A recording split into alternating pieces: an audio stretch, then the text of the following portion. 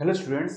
आज हम लोग सेंटर ऑफ ग्रेविटी के बारे में पढ़ेंगे कि जो आपका कोई भी अगर सिस्टम है तो उसका जो सेंटर है मतलब जो ग्रेविटी है उसका जो सेंटर है उस वो सेंटर कहाँ पास में रहेगा। ऐसा पॉइंट जिसमें अगर आप कोई सिस्टम को लें तो उस पॉइंट पे अगर आप उसको एक फोर्स लगाते हैं, जैसे मान लीजिए कि मेरे पास में ये डायरी है, ठीक है। अब मेरे पास में एक ऐसा पॉइंट होगा कि ये देखिए ये एक्चुअल में नीचे आना चाहता है ड्यू टू द ग्रेविटी। अब मेरे पास में एक ऐसा पॉइंट होगा यहाँ पास में कहीं पास में भी कि इस पूरे सिस्टम का जो भी फोर्स जो डाउनवर्ड लग रहा है इसको मैं बैलेंस कर पाऊं। देखिए एक अपवर्ड रिएक्शन फोर्स लगा के, कौन सा, एक अपवर्ड रिएक्शन फोर्स। तो मैंने अगर यहाँ पास में इसको हाथ लगा रहा हूं ऐसे, तो इस पे एक रिएक्शन फोर्स ऊपर में लग रहा है। पूरा हाथ को नहीं लेना, एक पॉइंट को लीजिएगा, ठीक है। ठीक, तो देखिए यहाँ पास में एक रिएक्शन फोर्स अपवर्ड की तरफ लग रहा है। तो होता क्या है कि ये जो ग्रेविटी है, ठीक है, ग्रेविटी इसको नीचे खींच रही है, तो मैं एक अपवर्ड फोर्स लगाऊंगा जो कि इस पूरे सिस्टम की जो भी फोर्स जो इसको डाउनवर्ड को खींच रहा है इसको बैलेंस कर पाए, इसको नेग्लिजिबल कर पाए, ठीक है। तो देखिए ये आपका रिएक्शन फोर्स रहेगा, ये देखिए इस टाइप से, ठीक है। ये तो इस टाइप से ये बैलेंस हो गया। तो मतलब मेरा उंगली जिस पॉइंट पे है ये इसकी सेंटर ऑफ ग्रेविटी है, जिसके कारण ये सिस्टम जो है ये ट्रांसलेशनल इक्विलिब्रियम में भी है और रोटेशनल इक्विलिब्रियम में भी है। मतलब कि ये सिस्टम रेस्ट पोजीशन पे है, ये मूव नहीं करेगा, पहला। दूसरा कि ये उंगली जब मैं रखूंगा यहाँ पास में इसको ऐसे, ठीक है, तो देखिए ये बैलेंस भी रहेगा। बैलेंस रहने का मतलब अगर मैं इसको अनबैलेंस करूं, मान लीजिए कि देखिए इसको मैं मूव करता हूं ऐसे, देख रहे हैं, ये इस साइड मूव हुआ, इसका मतलब है कि इस पर टॉर्क प्रोड्यूस हुआ। क्या हो गया? टॉर्क प्रोड्यूस हो गया। बट अगर मैं इसके सेंटर ऑफ ग्रेविटी पे रखूंगा, देखिए इस टाइप से अगर मैं रखता हूं, फिक्स पॉइंट एक मिल नहीं रहा है मुझे, देखिए मिल गया। तो अगर इसको सेंटर ऑफ पॉइंट पे रखता हूं तो इसका जो टॉर्क है वो क्या हो जाएगा? जीरो हो जाएगा। तो रोटेशनल मोशन भी इक्विलिब्रियम पोजीशन पे आ गया क्योंकि टॉर्क जीरो हो गया, ठीक है। तो सेंटर ऑफ ग्रेविटी का मतलब क्या है? ऐसा पॉइंट जिस पे ट्रांसलेटरी मोशन भी जीरो हो, इक्विलिब्रियम पोजीशन पे आ जाए और रोटेशनल मोशन भी इक्विलिब्रियम कंडीशन पे चला जाए, इसी को बोलते हैं सेंटर ऑफ ग्रेविटी। बहुत ही सिंपल सा पॉइंट है। तो मैं आपको एक छोटा सा डायग्राम बना के बताता हूँ और फिर उसके बाद हम लोग एक दो न्यूमेरिकल करेंगे, तो इससे आपको बेटर क्लियरिटी हो पाएगा, ठीक है। तो आज का हमारा टॉपिक है सेंटर ऑफ ग्रेविटी, ठीक है। तो मान लीजिए कि मेरे पास में कोई एक इरेगुलर शेप का कोई भी एक सिस्टम है, ठीक है। इस सिस्टम पे यहाँ पास में एक पार्टिकल है, यहाँ पास में एक पार्टिकल है। मान लीजिए कि लेफ्ट साइड में कुछ पार्टिकल है, राइट साइड में कुछ पार्टिकल है। तो इस पार्टिकल का नाम m1 और इसमें लग गया फोर्स g, इसमें है m2 और इसमें लग गया फोर्स g। अब इस पूरे सिस्टम को मुझे बैलेंस करना है, तो यहाँ पास में एक पॉइंट होगा जिसको हम बोलेंगे सेंटर ऑफ ग्रेविटी। इस पे एक फोर्स लगेगा इस टाइप से, इसको बोलेंगे एक रिएक्शन फोर्स। क्या बोलेंगे इसको? रिएक्शन फोर्स, जो कि बैलेंस करेगा। और ये reaction force centre of gravity पे रखेंगे तभी ये सिस्टम बैलेंस होगा। और इसका ट्रांसलेशनल मोशन कैसा रहेगा?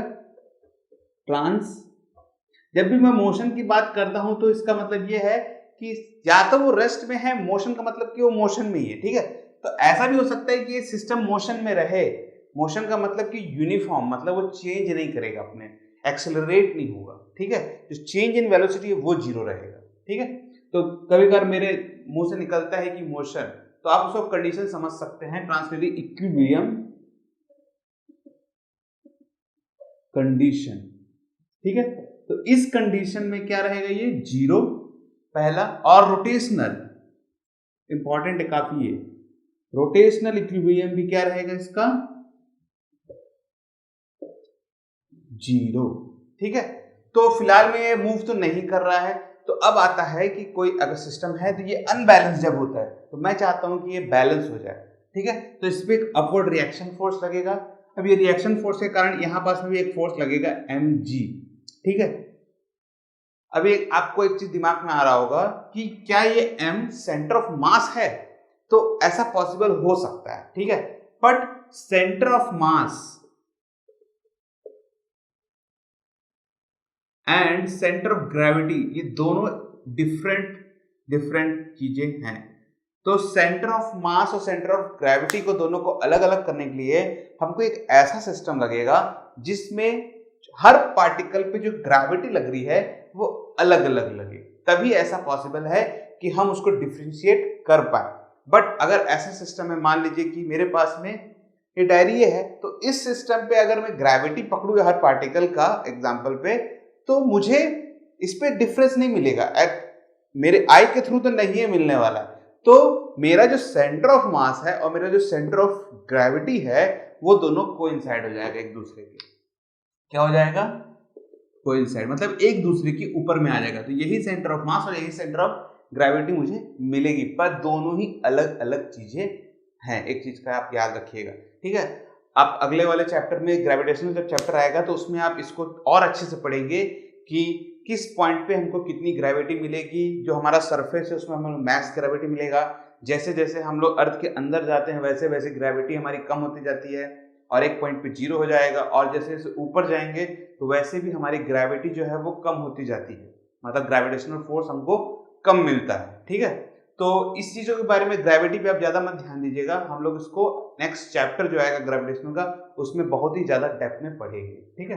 तो अगर इस सिस्टम के हर पार्टिकल की ग्रेविटी हमको जो मिल रही है जो कि 9.8 लिया जाता है, अगर सेम है तो सेंटर ऑफ मास और सेंटर ऑफ ग्रेविटी एक दूसरे से कोइंसाइड हो जाएगा। बस इतनी सी बात है, सिंपल सिंपल, ठीक है। पर जो हम क्वेश्चन करेंगे उस क्वेश्चन में सेंटर ऑफ मास और सेंटर ऑफ ग्रेविटी को अलग अलग लिया जा रहा है, just for the practical reason, मतलब कि हम जो न्यूमेरिकल करेंगे उस पर हम इसको अच्छे से समझ लेंगे, ठीक है। तो देखिए बहुत सिंपल सा था। इस पे ट्रांसलेटिंग मोशन पे कंडीशन पे इक्विलिब्रियम कंडीशन पे लेके आना है, मतलब all the forces, sum of all the forces will be zero, मतलब F1 प्लस F2 समथिंग कुछ भी हो तो उसको हम जीरो ले लेंगे। अब रोटेशनल के लिए टॉर्क देखिए, मतलब ये फोर्स और अपवर्ड फोर्स मतलब टॉर्क जो है वो जीरो हो जाएगा। तो क्या हो जाएगा? Torque equal to zero.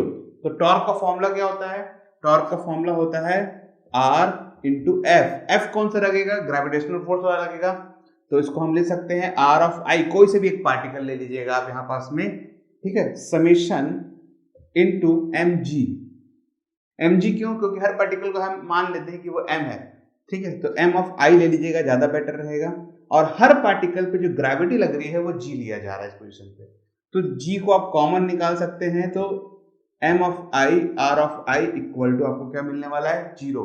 M I R I इसको हम लोग नेक्स्ट टॉपिक पे पढ़ेंगे जिसको हम मोमेंट ऑफ इनर्शिया बोलते हैं। पॉइंट सिर्फ इतना सा है कि ऐसा पॉइंट जिसको हम सेंटर ऑफ ग्रेविटी बोलते हैं, अगर उसको हम कोई भी सिस्टम को बैलेंस करना चाहते हैं तो उसका ट्रांसलेशनल इक्विलिब्रियम कंडीशन भी जीरो रहेगा और रोटेशनल इक्विलिब्रियम कंडीशन भी जीरो रहेगा। अगर दोनों जीरो हो गया तो मतलब कि हमें एक ऐसा पॉइंट मिल गया है जो कि सेंटर ऑफ ग्रेविटी है, ठीक है। बहुत ही सिंपल सा है ये। चलिए इसके ऊपर दो क्वेश्चन करते हैं, एनसीईआरटी बुक से ही है तो उसमें भी आप देख सकते हैं। चलिए मैं इसको करके देखते हैं, समझाने की मैं अच्छे से कोशिश करूंगा आपको। तो पहला क्वेश्चन है, इसका थ्योरेटिकल पार्ट में भी लिखा हूँ, आप बुक से देख सकते हैं, एनसीईआरटी पे है ये, ठीक है। तो क्वेश्चन बोल रहा है कि एक रॉड है, इस रॉड का जो वेट है वो कितना है? रॉड का वेट है 4 kg, ठीक है। इस वेट को हम यहाँ पास में g से लेते हैं डिनोट, कि सेंटर ऑफ ग्रेविटी पे ही उसका जो वेट है वो कॉन्सेंट्रेटेड होगा। तो ये W जो है, ठीक है, ये W 4 kg का है यहाँ पास में, ठीक है। इसको मैं यहाँ पास में लिख दिया हूँ। अब ये नीचे ना आए, ये रॉड है ये नीचे ना आए, इसके लिए मैं यहाँ पास में दो पॉइंट ऐसे लगाया हूँ, ठीक है। दो पेन ले लीजिए या कुछ भी ले लीजिए, तो इसको ऐसे करके यहाँ पास में रोक के रखा हूँ मैं, तो जिसके कारण अपवर्ड रिएक्शन फोर्स बन रहा है। कौन सा? R1 और R2। इसी को हमको फाइंड आउट करना है। अब देखिए इसमें है क्या पॉइंट। पॉइंट ये है जो W है वो तो इसके सेंटर पे रहेगा, ठीक है। अब इसका जो रॉड है वो 70 सेंटीमीटर का टोटल है। अब क्या किया गया है इसमें कि इस पे एक P पॉइंट बनाया गया और इस पे एक वेट टांग दिया गया है W1, ठीक है। और W1 का जो वेट है वो है 6 kg का, और इसको आप किसी साइड से भी ले सकते हैं, ठीक है। आप चाहे तो इस W को इस साइड में भी और इस साइड में भी ले सकते हैं, पर हमारे जो बुक है उसमें इस साइड लिया गया तो हम भी इस साइड ले रहे हैं, हम लोग के कन्वीनियंस के लिए, ठीक है। तो देखिए इस पॉइंट से इस P पॉइंट तक, मतलब लेफ्ट से देखिए लेफ्ट से इधर साइड में ये 30 सेंटीमीटर की दूरी पे रखा गया, तो 30 सेंटीमीटर का हमको यहाँ पास में वेट, 30 सेंटीमीटर की दूरी पे W1 का वेट हमको मिल रहा है जो कि है 6 kg का। ठीक है, अब इसको हमको क्या करना है, हम इस पे ट्रांसलेशनल इक्विलिब्रियम और रोटेशनल इक्विलिब्रियम की कंडीशन लगाएंगे और R1 और R2 को निकालने की कोशिश करेंगे। ठीक है, तो सबसे पहले ट्रांसलेटरी इक्विलिब्रियम निकालेंगे, ट्रांसलेशनल इक्विलिब्रियम। तो ट्रांसलेशनल इक्विलिब्रियम में क्या होता है, all the forces, sum of all the forces will be 0। तो अब ऐसे कौन से फोर्स इस पे लग रहे हैं जिसके कारण ये सिस्टम जो है वो मोशन पे आ सकता है। तो टोटल इस पे 4 फोर्सेस लग रहे हैं। पहला R1 R2, ठीक है, तो देखिए अपवर्ड में लगने वाले को पॉजिटिव और डाउनवर्ड में लगने वाले को हम नेगेटिव ले लेंगे। तो अपवर्ड में रिएक्शन फोर्स R1 और R2 लग रहा है, तो R1 प्लस R2 ले लीजिएगा। डाउनवर्ड में जो फोर्स लग रहा है जिसके कारण इसमें ट्रांसलेशनल इक्विलिब्रियम की कंडीशन आ सकती है वो है W1 और W2। तो W1 और W2 इक्वल टू 0, ये हमारा पहला कंडीशन बनता है। ठीक है, अब इसी तरीके से रोटेशनल इक्विलिब्रियम कंडीशन लेके आना है। ठीक है, अब रोटेशनल इक्विलिब्रियम में किस कंडीशन के कारण, मतलब ऐसे कौन से फोर्सेस हैं, टॉर्क जो लगेगा हमारा, ऐसा कौन सा चीज है जिसके कारण ये ट्विस्ट हो सकता है। ठीक है, तो याद रखिएगा जब ये ट्विस्ट होगा तो सेंटर ऑफ ग्रेविटी से ही ऐसे घूमेगा। उसका जो सेंटर है इसको आप मत लीजिएगा W को, क्योंकि इसी जगह से ये घूमेगा, तो यहाँ पास में इसका कोई रोल नहीं रहता है। अब बचे हैं टोटल 3, R2, तो R2 ऊपर की तरफ है। ठीक है, तो इसको आप पॉजिटिव ले लीजिएगा। ये वाले डाउनवर्ड की तरफ हैं।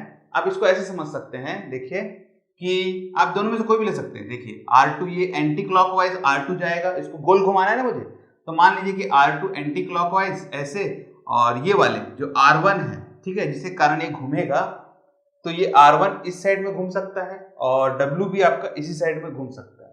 ठीक है, तो देखिए रोटेट करना है मुझे। ठीक है, इसके पॉइंट पे मत जाइए कि ये ऊपर रिएक्शन दे रहा है। अब मुझे रोटेट करना है तो मुझे कुछ तो पॉइंट लेना पड़ेगा ना। तो देखिए W1 डाउनवर्ड, R1 को डाउनवर्ड ले लीजिएगा, तो R1 को डाउनवर्ड और W1 को डाउनवर्ड लेके R2 को ऐसे लेंगे, तो ये एक इक्विलिब्रियम कंडीशन बन सकती है। ठीक है, तो इस टाइप से आप इसको लेना है। देखिए इस टाइप से इसको घुमाना है, याद रखिएगा। ठीक है, ठीक, तो सेकंड इक्वेशन हमारा बन के आ गया। W यहाँ पास में नहीं आएगा क्योंकि इसी पोजीशन से तो वो घूमने की कोशिश करेगा। तो अब देखिए इतना इक्वेशन हमारा बन चुका है। अब हमको क्या निकालना है, R1 और R2 निकालना है। तो हमारे पास में क्या क्या दिया हुआ है, सबसे पहले देखिए ये वाला वैल्यू दिया W1, तो इस तरीके से हम इसको निकाल सकते हैं। एक चीज का और भूल गया, तो ये रोटेशनल मोशन है, तो R2, ठीक है, इसको थोड़ा सा करेक्ट किया जाए। R2 टॉर्क का फॉर्मूला होता है R क्रॉस F, यही होता है। R क्रॉस F मतलब परपेंडिकुलर डिस्टेंस ऑफ फोर्स। ठीक है, तो देखिए R2 ये तो हो गया फोर्स की बात।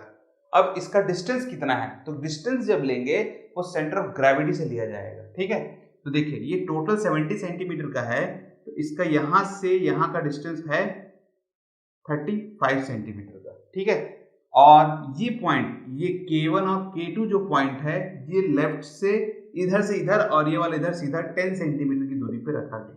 इसको बताना मैं भूल गया था। तो 35 में से 10 चला गया, टोटल बचा 25। तो इसको मल्टीप्लाई करेंगे 0.25 से। ठीक है, माइनस R1 क्रॉस, किससे मल्टीप्लाई होगा, R1, और सेंटर ऑफ ग्रेविटी से इसका दूरी कितना रहेगा 0.25। ठीक है, माइनस W1, तो W1 और कितना मल्टीप्लाई करना है, यहां से यहां का डिस्टेंस, यहां से यहां 35 है, यहां से यहां 35 है। ठीक है, ये 30 है, 35 में से 30 चला गया 5, मतलब कि 0.05। देखिए ये सब के सब सेंटीमीटर पे है, जैसे मीटर पे कन्वर्ट किया गया है, इसलिए 0.25 0.05 लिया गया है। ठीक है, कंफ्यूज मत होइएगा। तो ये वैल्यू आएगा आपका R2 0.25, 0.25 R1 और 0.05 W1। ठीक है, ठीक, तो W1 का दिया हुआ 6 kg का यहाँ पास में, तो इसको हम निकाल सकते हैं यहाँ पास में। R2 0.25 minus 0.25 R1 minus 0.05 into 6। ठीक है, और 6 के साथ में हमारा क्या वैल्यू है, 9.8 भी है। याद रखिएगा, W अकेले नहीं होता, W मतलब कि वेट, वेट क्या होता है mg, तो g तो हमको मिल गया, यहाँ पास में m तो मिल गया, मास 6 kg, g भी तो लगाना है, तो g लगाएंगे तो कितना बन जाएगा 9.8, ठीक है। ठीक, तो देखिए क्या निकल के आने वाला है, 0.25 R2 माइनस 0.25 R1, इसको उधर ले जाएंगे, ठीक है। तो देखिए इसका मल्टीप्लाई हमको करना है, तो 9.8 लीजिए, हम 10 ले लेते, ज़्यादा हमारे लिए सोफिस्टिकेटेड रहेगा। तो ये बन जाएगा 60 इंटू 0.5, तो क्या निकल के आएगा, 10 को मल्टीप्लाई कर सकते हैं वैसे तो, 60 इंटू 0.05, तो 6 5 30, ठीक है। 30 के बाद कितना जीरो है यहाँ पास में, एक जीरो इसका लगा दीजिएगा, तो 2 पॉइंट नीचे आया, मतलब ये 3, तो कितना बन गया ये 3, तो ये निकल के आएगा आपका 3, ठीक है। ठीक, अब देखिए 0.25 कॉमन है, तो इसमें से आप कॉमन निकाल के इधर फेंक सकते हैं, तो R2 minus R1 equal to ये जाएगा 3/0.25, इसके 2 जीरो ऊपर जाएंगे तो हमारा जो इक्वेशन है वो निकल के आएगा R2 minus R1 equal to 300 divide by 25, यही आने वाला है। सो काट लीजिएगा, तो 5 5 जा 5 6 जा 0 5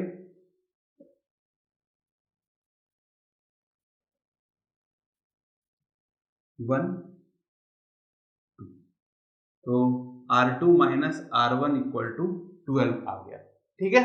ठीक, इस तरीके से देखिए इस इक्वेशन को सॉल्व कर लिया जाए, तो इस इक्वेशन को सॉल्व करेंगे तो इसको इक्वेशन नंबर 1 दे दीजिएगा यहाँ पास में, तो फ्रॉम इक्वेशन नंबर 1, और इसको आप इक्वेशन नंबर 2 दे दीजिएगा, ठीक है। तो R1 plus R2 minus W1 क्या है 6 kg, तो 6 इंटू 9.8 माइनस W है यहाँ पास में 4 kg, तो ये आएगा 4 इंटू 9.8 इक्वल टू 0, तो R1 प्लस R2 इसको उधर ले जाएंगे, तो 9.8 को आप बाहर निकाल लीजिएगा, 6 प्लस 4 10 आएगा, तो 9 R1 plus R2 equal to 9.8 into 10, तो ये बन जाएगा 98 R1 प्लस R2, ठीक है। एक इक्वेशन यहाँ पास में दिया ही हुआ है हमारे पास में, R, इसको ऐसे लिख लीजिए minus R1 plus R2 equal to 12, ठीक है।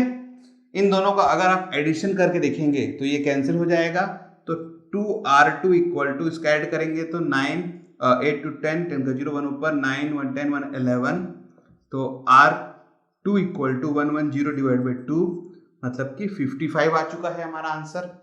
R1 निकालने की कोशिश करिए, किसी भी एक इक्वेशन में पुट कर दीजिए, इसी में पुट करेंगे तो कितना वैल्यू आएगा हमारे पास में, R2 निकल गया है 55, ठीक है। तो R2 minus R1 equal to 12, तो 55 माइनस R1 इक्वल टू 12, इसको उधर ले जाएंगे तो R1, और इसको उधर लेके आएंगे तो 55 माइनस 12, 5 में से 2 गया 3, 5 में से 1 गया 4, 44 न्यूटन, और ये आएगा 55 न्यूटन। देखिए बहुत सिंपल तरीके से हमारा आंसर आ चुका है। तो हमारा 2 रिएक्शन हमको निकला, जो कि ये 4 kg प्लस 6 kg के वेट को बैलेंस करेगा, वो है R1 और R2, और दोनों का फोर्स का वैल्यू है, R1 है 43 न्यूटन और R2 है 55 न्यूटन, ठीक है। तो चलिए सेकंड क्वेश्चन को करते हैं, इसको नोट डाउन आप प्रैक्टिस कर लीजिएगा, ठीक है। ओके, तो देखिए सेकंड क्वेश्चन में ये बोलता है कि एक लैडर है, थ्योरेटिकल पार्ट में नहीं लिख रहा हूँ, आप एनसीईआरटी से देख लीजिएगा, ठीक है। ये लैडर है, ये लैडर को एक वॉल से आप ऐसे लटका कर रखे हुए देखिए, देखते हैं ना, इस टाइप से ऐसे रख दिया जाता है लैडर को, ठीक। तो देखिए यहाँ पास में जमीन है, और ये लैडर टोटल आपका 3 मीटर का लैडर है, कितना है 3 मीटर का, ठीक है। वॉल से ये देख रहे हैं, ये वॉल से इसका ये डिस्टेंस जो है ये आपका 1 मीटर का है, ठीक है। Due to the centre of gravity यहाँ पास पे आपका W बनेगा, जो कि आपका कितना है, तो ये लैडर का जो भी वेट होगा वो रहेगा, तो लैडर का वेट है 20 kg, ठीक है। हमको ये वाले हाइट की जरूरत पड़ेगी फिलहाल में, तो due to the Pythagoras theorem हम इसकी वैल्यू आराम से निकाल सकते हैं। देखिए तो इसका जो एंगल है आप इसको अल्फा ले सकते हैं, तो इसकी वैल्यू निकालने के लिए इसको नाम दे देते हैं ए, ये यहाँ टच होगा तो मान लीजिए बी, सी और डी। तो ए सी डी का बनेगा फॉर्मूला यहाँ पास में, जिसमें ये दिया हुआ है, ये दिया हुआ है, ये निकालना है। तो D C is equal to under root 3 का स्क्वायर माइनस 1 का स्क्वायर आएगा, तो 9 माइनस 1 मतलब कि अंडर रूट 8।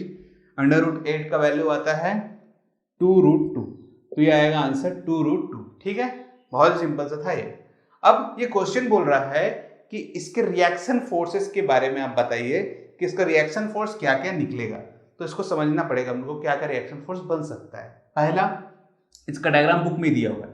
पहला, इस वॉल को ये देखिए, ये इसको ऐसे धकेल रहा है, तो इसके लिए एक रिएक्शन फोर्स यहां बनेगा, इसको आप मान लीजिए F2 फोर्स। ठीक है, अब ये जमीन पे रखा गया है तो ये जमीन से घिसटा सकता है, तो इसके लिए एक फोर्स इस साइड बनेगा, इसको आप F फोर्स लगा दीजिए, पहला। दूसरा, ये इसको नीचे धकेलेगा भी, तो इसके कारण इस पे एक नॉर्मल फोर्स बनेगा N। ठीक है, ये N और ये F जो फ्रिक्शन फोर्स बन रहा है, ये किसके कारण बन रहा है? ये लैडर इसको ऐसे धकेल रहा है, तो यहां पास में एक फोर्स बनेगा F1। ठीक है, टोटल इतने फोर्सेस बन रहे हैं। एक और फोर्स बनेगा, पर ये आपके डायग्राम में नहीं दिया गया। देखिए, ऐसा हो सकता है कि अगर इस पे कोई बंदा चढ़े तो ये इधर इधर खिंचता है और ये ऊपर ऐसे जाए, तो ये एक फ्रिक्शन फोर्स यहाँ पास बन सकता है F3 का, पर ये डायग्राम में नहीं दिया है तो हम इसको नहीं लेंगे। ठीक है, मेरे अंदाज से तो बनना चाहिए था और डायग्राम में देना चाहिए था, पर नहीं दिया है तो क्या करें अब। ठीक, तो अब देखिए क्या क्या फोर्स हमारे पास बन गया। F2 बन गया, नॉर्मल रिएक्शन फोर्स बन गया F, यहाँ पास फ्रिक्शन फोर्स बन चुका है F, जो एक्चुअल में जो फोर्स था वो भी हमारे पास में निकल के आ चुका है। ठीक है, और W भी निकल के हमारे पास में आ चुका है। तो अब इसको निकालना है हमको, इसकी वैल्यूज को निकालना है। देखिए, तो कैसे निकालेंगे इसकी वैल्यूज को, इसको समझिए आप। ठीक है, तो इसके लिए हमारे पास में कौन कौन से फॉर्मूले हैं? ट्रांसलेशनल इक्विलिब्रियम और रोटेशनल इक्विलिब्रियम। तो सबसे पहले ट्रांसलेशनल इक्विलिब्रियम, प्रोनाउंसिएशन में शायद मेरी दिक्कत हो सकता है, प्लीज नेग्लेक्ट इट। ठीक है, तो देखिए, अब ट्रांसलेशनल के कारण इसमें दो सिस्टम बनेंगे, पहले एक वर्टिकल फोर्स का और दूसरा हॉरिजॉन्टल फोर्स का। तो सबसे पहले हम लोग वर्टिकल के लिए निकाल लेते हैं। फॉर वर्टिकल, तो वर्टिकल मतलब कि अप साइड और डाउन साइड। ठीक है, तो देखिए इसमें अप साइड और डाउन साइड में कौन कौन से फोर्सेस हैं। पहला, ये N है जो अपवर्ड में है, तो ये N निकाल लीजिएगा। डाउनवर्ड में W है, सिर्फ और सिर्फ W, तो इसको आप -W इक्वल टू 0। पहला कंप्लीट हो गया इक्वेशन। ठीक, फॉर हॉरिजॉन्टल, देखिए इसमें तो ये वैल्यू भी निकल गई, N माइनस W दिया हुआ 20, तो 20 इंटू 9.8, तो N की वैल्यू कितनी निकल गई, इसको उधर मल्टीप्लाई करके उधर शिफ्ट कर दीजिएगा आप यहाँ पास में। तो 2 8 16, 1 2 9 18, 119, एक जीरो लगाइएगा और ये पॉइंट लगाएंगे तो आएगा 196 न्यूटन। N की वैल्यू भी निकल गई हमारी। ठीक है, बहुत ही आसान से।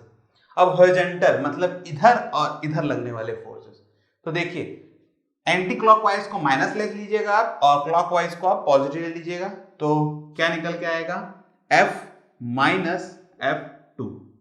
ठीक है, ठीक, इक्वल टू 0। ओके है, ठीक है, पर इसकी वैल्यूज हमारे पास में फिलहाल में नहीं है। ठीक है, तो इसको भी फिलहाल में वैसे ही रहने दीजिएगा। अब देखिए, अब यहां पास में अल्फा देख रहे होंगे, तो हमको F1 निकालना है, तो F1 कैसे निकालें। ठीक है, तो इसके लिए पहले आपको ट्विस्टिंग फोर्स समझना पड़ेगा।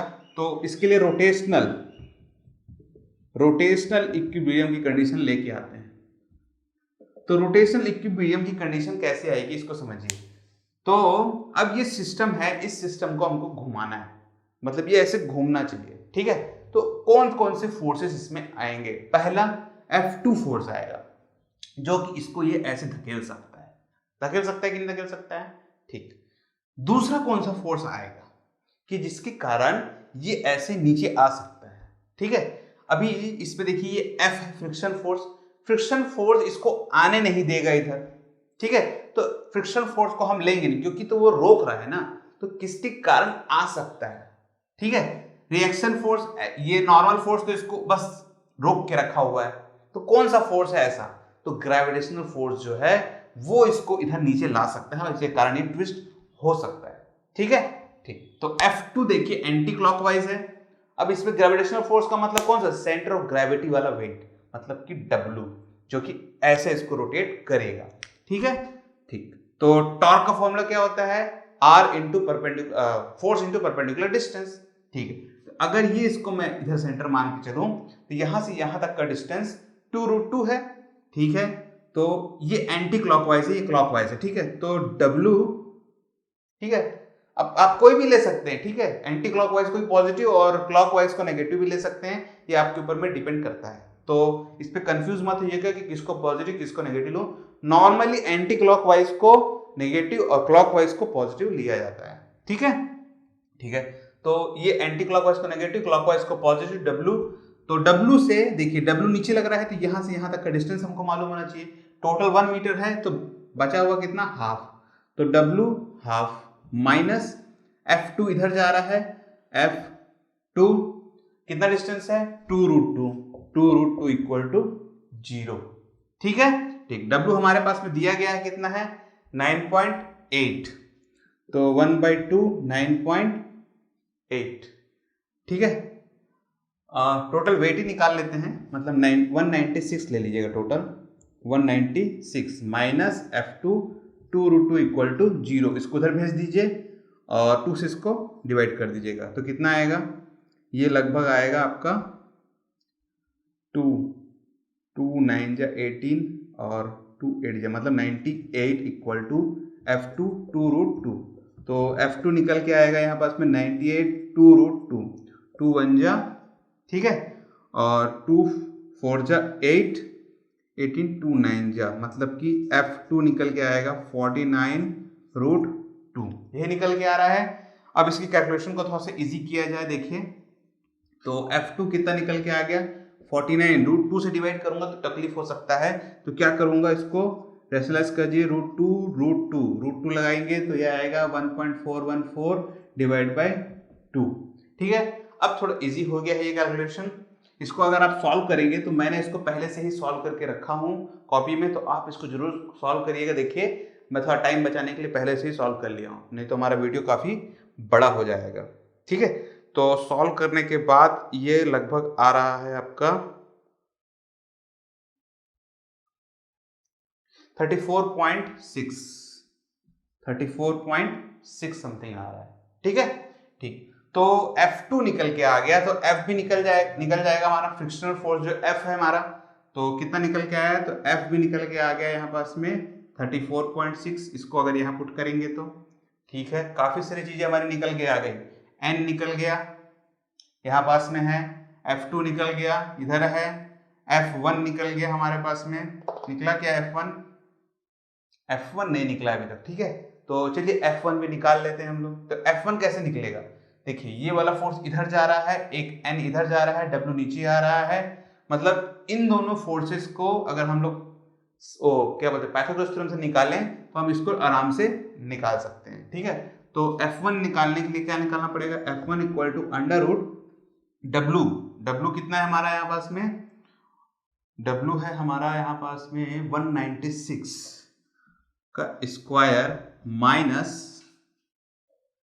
कौन सा बचा, F है 34.6 का स्क्वायर। ठीक है, कैलकुलेट करके जरूर देखिएगा, मैंने कैलकुलेशन किया है इसका कुछ, और इसका कैलकुलेशन सॉरी प्लस है, ठीक है, माय मिस्टेक। प्लस करने के बाद ये आ रहा है अराउंड 199.0 न्यूटन के आसपास।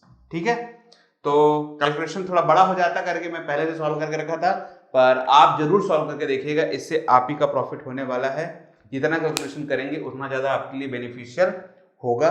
ठीक है, ठीक है, तो आई होप आपको ये क्वेश्चन भी अब क्लियर हो गया होगा। शायद इसकी वैल्यूज ये F1 F2 जो मैं लिया हूं शायद ये बुक से मैच ना करे, तो आप इसको जरूर देख लीजिएगा एक बार अच्छे से।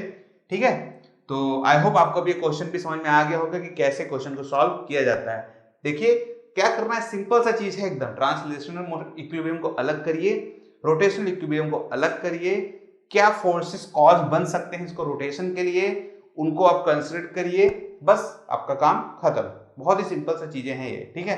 तो 4 क्वेश्चन बनाइए। तकलीफ होती है कोई क्वेश्चन में, कोई प्रॉब्लम आ रहा है तो नीचे कमेंट सेक्शन में आप जरूर मुझे बता सकते हैं, और स्क्रीनशॉट खींच के उसको फेसबुक के पेज में भी जरूर दिखा सकते हैं। तो मैं उस क्वेश्चन को सॉल्व करके आपको बता दूंगा कि क्या क्या चीजें आपको लेनी है।